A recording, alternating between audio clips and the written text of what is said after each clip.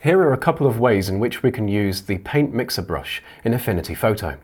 Okay, so for my first example here, what we're going to do is use the paint mixer brush in the sky area to achieve a long exposure motion blur look to the cloud detail and try and lend the image a bit of a painterly feel.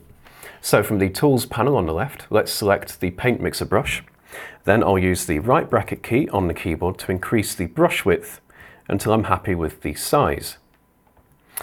Okay, so we start with the color black loaded onto our brush. I don't want that, so I'm going to go to Clean Brush, and then I start with an empty color. So then we just start click dragging on the cloud detail. Now this effect is far too strong. Not a problem, we'll go to Edit and Undo. And then we need to look at Strength on the context toolbar here. So I'm going to bring this down to maybe around 35% and try that.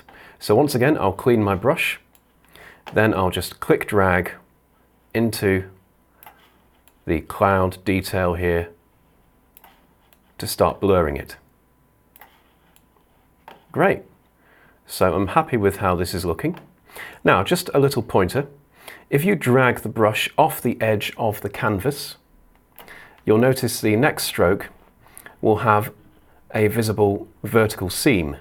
Now when you actually start using the brush again, chances are you won't see this at all. But just in case, don't forget to use Clean Brush before you do your next brush stroke. Okay, so then I just need to zoom in and use the left bracket key to reduce my brush width slightly so that I can tackle these areas in more detail. Okay, again just decreasing the brush width like so until I'm happy with the result. Great. Okay, so that's one quite simple example of using the paint mixer brush. Now here's something a little more detailed.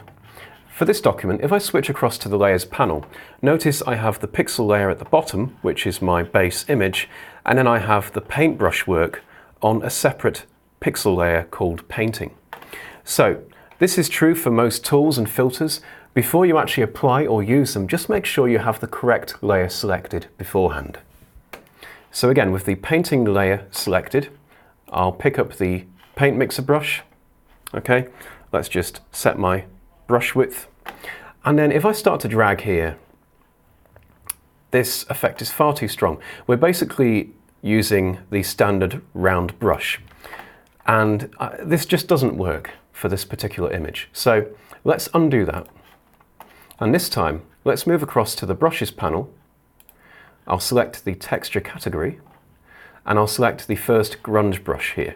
Okay, I'll just clean my brush as well. So now when we start to mix, we're doing so with a textural brush, and that's just a much better match for the brushwork that we're actually mixing. Okay, and the great thing with this is, because it's got that textural look to it, is that you can sort of click drag on the edges here to really add some intensity to the brush strokes. Okay, so we're really bringing out that fiery detail. So there we go, just a quick look at the paint mixer brush and a couple of what are hopefully inspirational examples for you.